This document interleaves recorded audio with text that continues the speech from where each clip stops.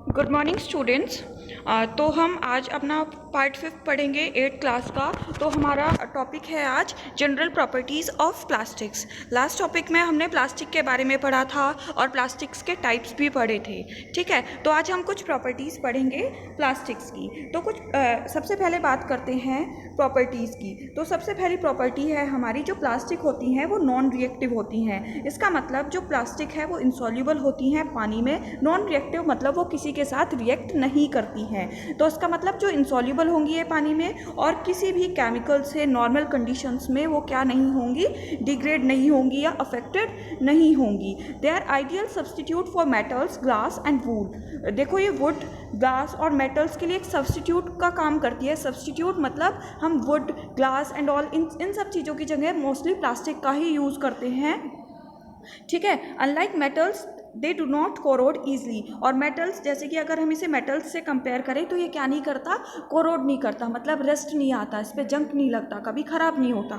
ठीक है, but are heat sensitive and melt upon heating. लेकिन क्या होते हैं, हीट सेंसिटिव होते हैं, एकदम से हीट ले लेते हैं या फिर अगर हीट के पास रखें तो ये क्या हो जाते हैं, मेल्ट हो जाते हैं, पिघल जाते हैं। ठीक, उसके बाद सेकेंड पॉइंट पढ़ते हैं। सेकेंड पॉइंट है जो प्लास्टिक्स होती हैं वो काफ़ी स्ट्रॉन्ग होती हैं, लाइट वेट होती हैं और ड्यूरेबल होती हैं। इसका मतलब प्लास्टिक स्ट्रॉन्ग होंगी, मजबूत होंगी, लाइट वेट होंगी, हल्की होंगी और ड्यूरेबल मतलब ईजिली हम उसको यूज़ कर सकते हैं अपनी डेली लाइफ में। और इसको हम डिफरेंट शेप्स एंड साइजेस में माउल्ट कर सकते हैं। They are use to make different household articles and industrial products. तो बहुत सारे इंडस्ट्रियल प्रोडक्ट्स और हाउस होल्ड आर्टिकल्स, जैसे कि हमने बकेट वगैरह भी पढ़ा था, वो सब बनाने के काम आता है। They are also use to make car के कुछ पार्ट्स बनाने में या फिर एयरक्राफ्ट या स्पेस क्राफ्ट के पार्ट्स बनाने में काम आती है।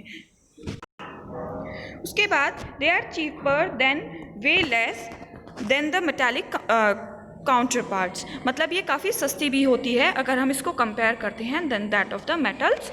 ठीक है, डू यू नो में एक कॉर्नर में साइड में पॉइंट दिया हुआ है कि कुछ स्पेशल प्लास्टिक कुकवेयर्स होते हैं जो कि यूज होते हैं माइक्रोवेव्स में। इसका मतलब वो क्या करेंगे, वो हीट होंगे और फूड को बिना डैमेज किए क्या कर सकते हैं, हम उसको प्रॉपरली कुक कर सकते हैं, पका सकते हैं। ठीक है, उसके बाद थर्ड पॉइंट पे आते हैं कि plastics do not show thermal conductivity. इसका मतलब इसमें बताया हुआ है कि प्लास्टिक्स जो हैं सिंथेटिक पॉलीमर्स होते हैं और बेड कंडक्टर्स होते हैं हीट के, मतलब हीट को कैरी ऑन नहीं कर सकते हैं। ठीक, दे अलाउ वेरी लिटिल और no heat to pass through them. इसका मतलब वे उसी हीट को अलाउ करते हैं, बहुत ही लिटिल, कम हीट को अलाउ करते हैं कि उनसे पास ऑन होके जाए। इसलिए ये क्या बनाने में काम आते हैं, हैंडल्स वगैरह की, जो जितने भी बर्तनों के या इलेक्ट्रिक आयंस के हैंडल्स हो गए, हीटिंग पैंस हो गई, वो सब बनाने में काम आते हैं। जैसे साइड में फिगर भी दी हुई है दोनों थर्मोसेट्स और थर्मोप्लास्टिक्स की। अब एक्सपेरिमेंट से समझते हैं कि प्लास्टिक्स जो है बेड कंडक्टर्स होते हैं हीट के। तो हमें एक्सपेरिमेंट में दिया हुआ है, एक पेन दिया हुआ है जिसमें बॉइलिंग वाटर है। नेक्स्ट इसमें हमने एक पेन लिया जिसमें कुछ हॉट वाटर बॉईल करते हुए दिखाया हुआ है, जैसे फिगर में दिख रहा है। उसमें 2 स्पून डाली, एक मेटल स्पून, एक प्लास्टिक स्पून। जैसे जैसे पानी गर्म था कुछ टाइम बाद क्या हुआ, प्लास्टिक स्पून पिघलना शुरू हो गई, मेल्ट होना शुरू हो गई और मेटल स्पून नहीं मेल्ट हुई। तो इसका मतलब हमें पता चला कि जो मेटल्स होते हैं वो गुड कंडक्टर्स होते हैं हीट के, और जो प्लास्टिक होती है वो बैड कंडक्टर होती है। ठीक है,